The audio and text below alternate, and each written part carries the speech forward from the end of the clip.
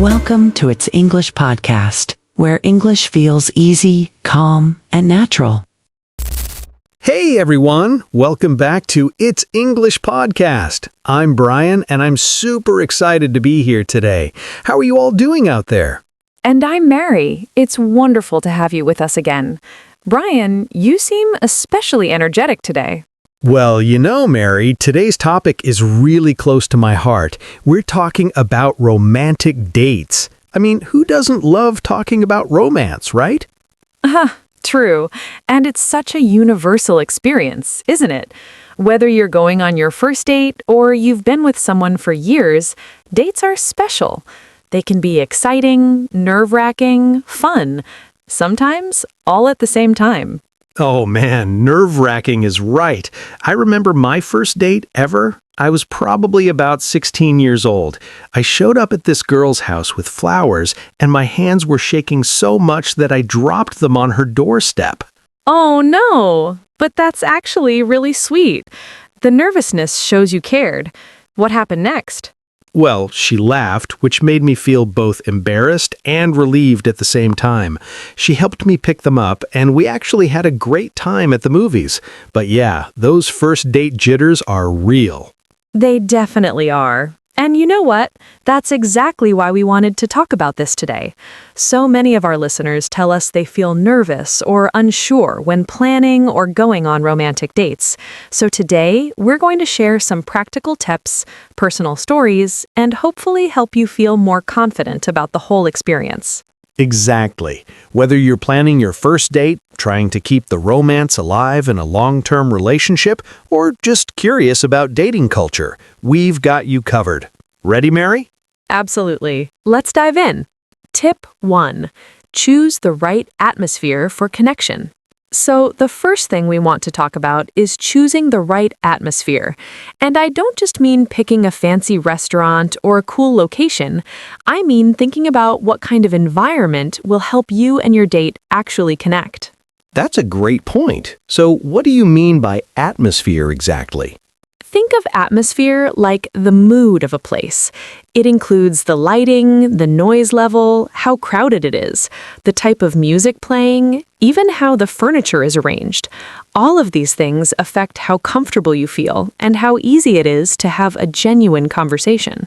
Ah, I see. So, like if you go to a really loud concert for a first date, you might not be able to talk much.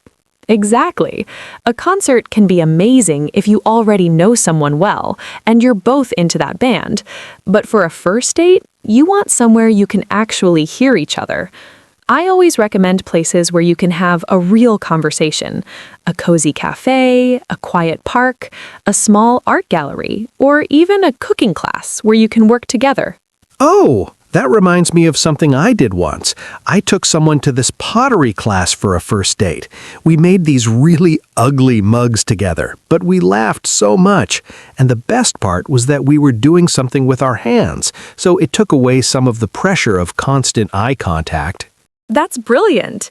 See, you naturally understood the concept. When you do an activity together, it gives you something to talk about and takes away the awkwardness of just staring at each other across a table. Plus, it shows you're thoughtful and creative.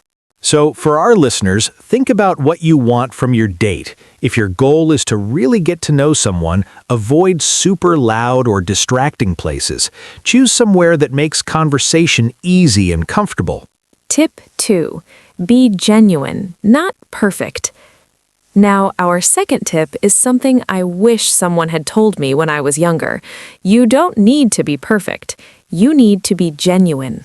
Ooh, this is important. Can you explain the difference? Sure.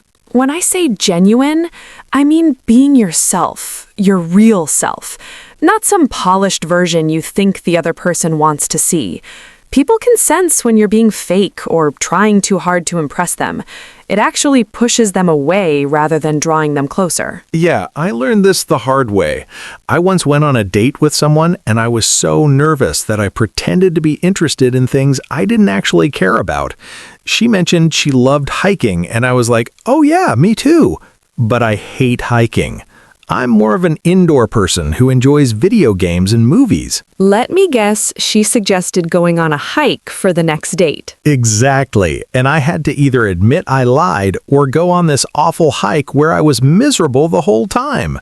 It was terrible. The relationship didn't last because it was built on me pretending to be someone I'm not. And that's such a common mistake. Here's the thing, everyone. If someone doesn't like the real you, they're not the right person for you anyway. Wouldn't you rather find that out on the first date than 6 months down the line? Absolutely. Being genuine also means it's okay to be a little nervous. You don't have to hide it. In fact, admitting you're nervous can actually be charming. It shows you care about making a good impression. Right. And here's a little secret. Your date is probably nervous too. When you're honest about your feelings, it often helps the other person relax as well. It creates this atmosphere of openness and trust from the very beginning. So remember, friends, be yourself. Share your real interests, your real opinions, your real sense of humor.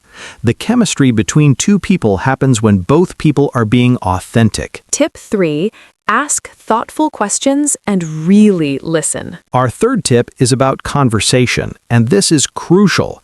Ask thoughtful questions and actually listen to the answers. What do you mean by thoughtful questions?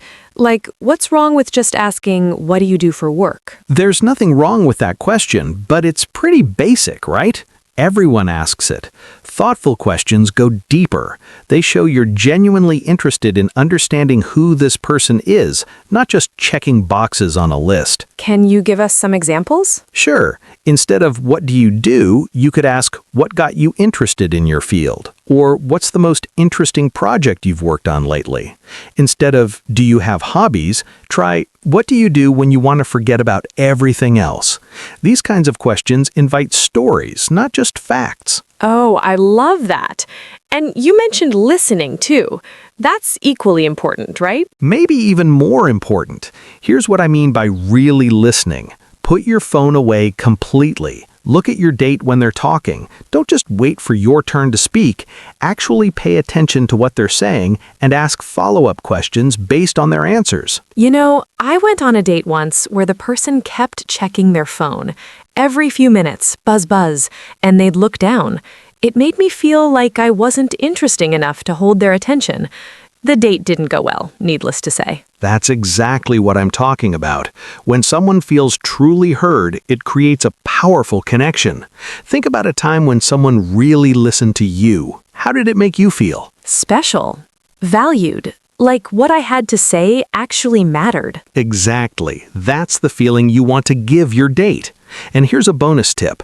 Remember small details they mention and bring them up later. If they mention their sister is a teacher, you can ask about her later. It shows you were paying attention. That's such good advice. Real conversation is like a dance. You take turns, you respond to what the other person does, and you stay present in the moment. Tip 4, plan something thoughtful, not just expensive. All right, tip number 4. And this one's close to my heart because I think there's a big misconception about dates needing to be expensive to be impressive. Oh, absolutely. I'd take a thoughtful picnic in the park over a fancy restaurant any day if the person put real thought into it. Exactly. Thoughtfulness means you paid attention to what the person likes. Maybe they mentioned they love a certain type of food, or they're interested in photography, or they collect old vinyl records. Use that information. I'll share a personal example. One of the most memorable dates I ever had was when someone took me to a small bookstore that specialized in poetry.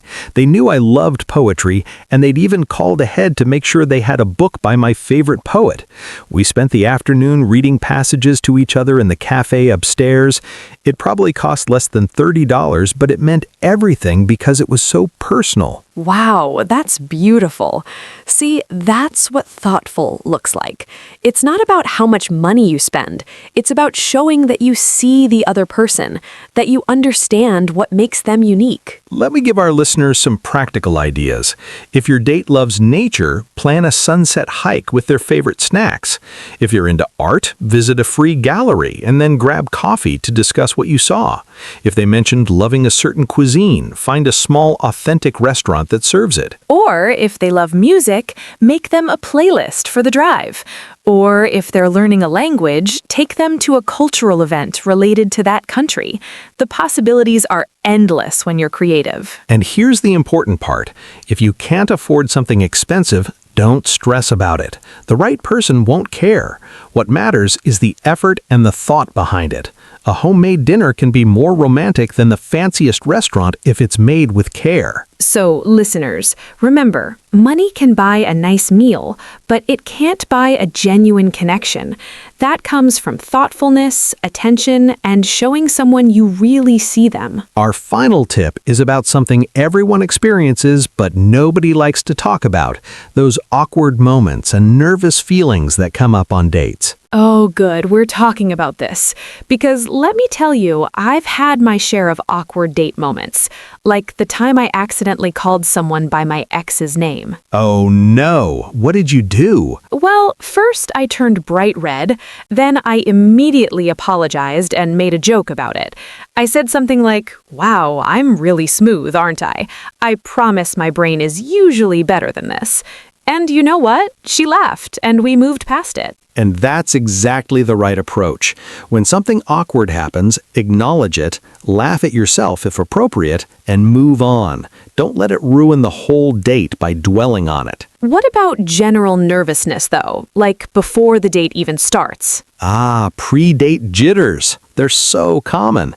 Here's what I tell people. First, remember that being nervous means you care, and that's a good thing. Second, try to reframe your nervousness as excitement.